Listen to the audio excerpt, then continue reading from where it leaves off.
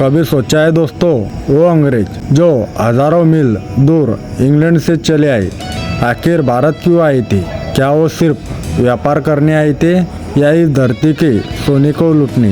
ये कहानी है उस वक्त की जब भारत को कहा जाता था सोने की चिड़िया।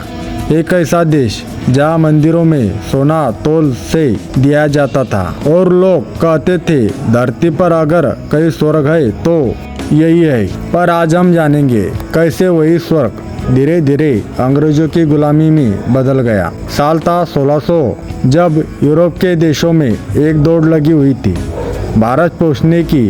पुर्तगाल, डच, फ्रेंच और आखिर में अंग्रेज भी। क्यों? क्योंकि भारत था उस वक्त का सबसे अमीर देश। यहाँ से मसाले, रेशम, हीरे, हाथी दांत, नील सब यूरोप में महंगे दामों पर बिकते थे। अंग्रेजों ने सोचा अगर हम भारत से सीधे व्यापार कर ले तो बिना बेचवाले के हमारी किस्मत बदल जाएंगी। इसी सोच के साथ इंग्लैंड के कुछ व्यापारी मिले और बनाई द ईस्ट इंडिया कंपनी। नाम तो कंपनी था पर सपना था भारत को झुकाने का। साल 1608 सूरत के तट पर पहली बार अंग्रेज के जहाज उतरे। मुख्य व्यापारी थे कैप्टन हॉकिंस। उन्होंने मुगल बादशाह जहांगीर से मुलाकात की और इजाज़त मांगी कि हमें व्यापार करने दो। जहांगीर ने सोचा ठीक है, व्यापारी है, नुकसान क्या। पर वही खेल शुरू हुआ। धीरे धीरे अंग्रेज ने सूरत, मद्रास, बॉम्बे, कलकत्ता में अपने कारखाने, फैक्ट्रीज खोल दिए और व्यापार के नाम पर सेना बनानी शुरू की। उनकी चाल साफ थी, पहले व्यापार, फिर राजनीति और आखिर में राज। भारत उस वक्त का एकजुट नहीं था, जहाँ पर जगह छोटे छोटे राज्य थे, मराठा, बंगाल, मैसूर, सिख, राजपूत। अंग्रेजों ने यही कमजोरी समझ ली। कभी एक राजा को दूसरे के खिलाफ खड़ा किया, कभी रिश्वत दी, कभी झूठे समझौते दिए। सबसे बड़ा उदाहरण 1757 की प्लासी की लड़ाई। नवाब सिराज उद दौला बनाम रॉबर्ट क्लाइव ने नवाब के सेनापति मीर जाफर को पैसे और गद्दी का लालच दिया और जब लड़ाई हुई फिर जाफर ने साथ छोड़ दिया। बस उसी दिन से भारत पर अंग्रेजों के राज की शुरुआत हो गई। एक लड़ाई जिसमें पूरे देश का इतिहास बदल दिया। अब जो शुरू हुआ वो था भारत की लूट का खेल। कंपनी ने हर जगह टैक्स बढ़ाया, किसानों से जबरदस्ती नील की खेती कराई और सारे मसाले, रेशम इंग्लैंड भेजने लगी।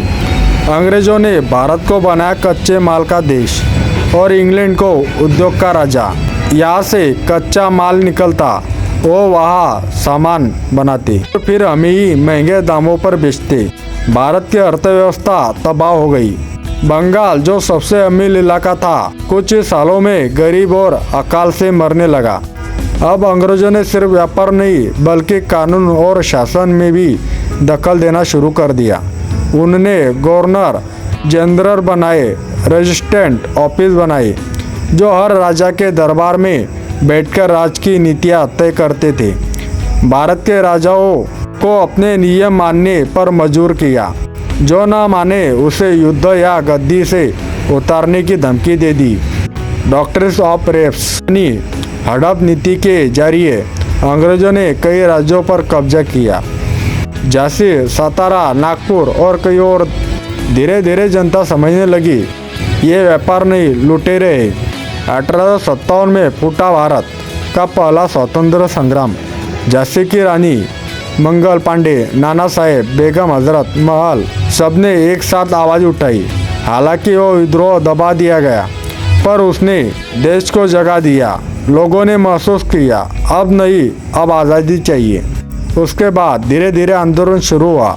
महात्मा गांधी, नेहरू, सुभाष चंद्र बोस, भगत सिंह, हर किसी ने अपने तरीके से संघर्ष किया और आखिरकार 15 अगस्त 1947 को वो सपना सच हुआ।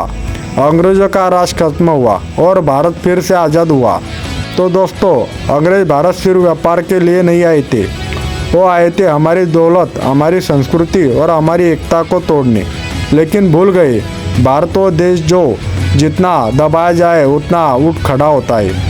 आज जब हम आज़ाद भारत में सांस लेते हैं तो याद रखना, हमारी आज़ादी की नींव उन अनगिनत लोगों के खून से लिखी गई है जिन्होंने अंग्रेज़ों की सच चाल की पहचान लिया है। अगर आपको ये कहानी पसंद आई हो तो इसे लाइक, शेयर और सब्सक्राइब ज़रूर करें, क्योंकि इतिहास सिर्फ किताबों में नहीं, हमारी नसों में बहता है। जय हिंद, जय भारत।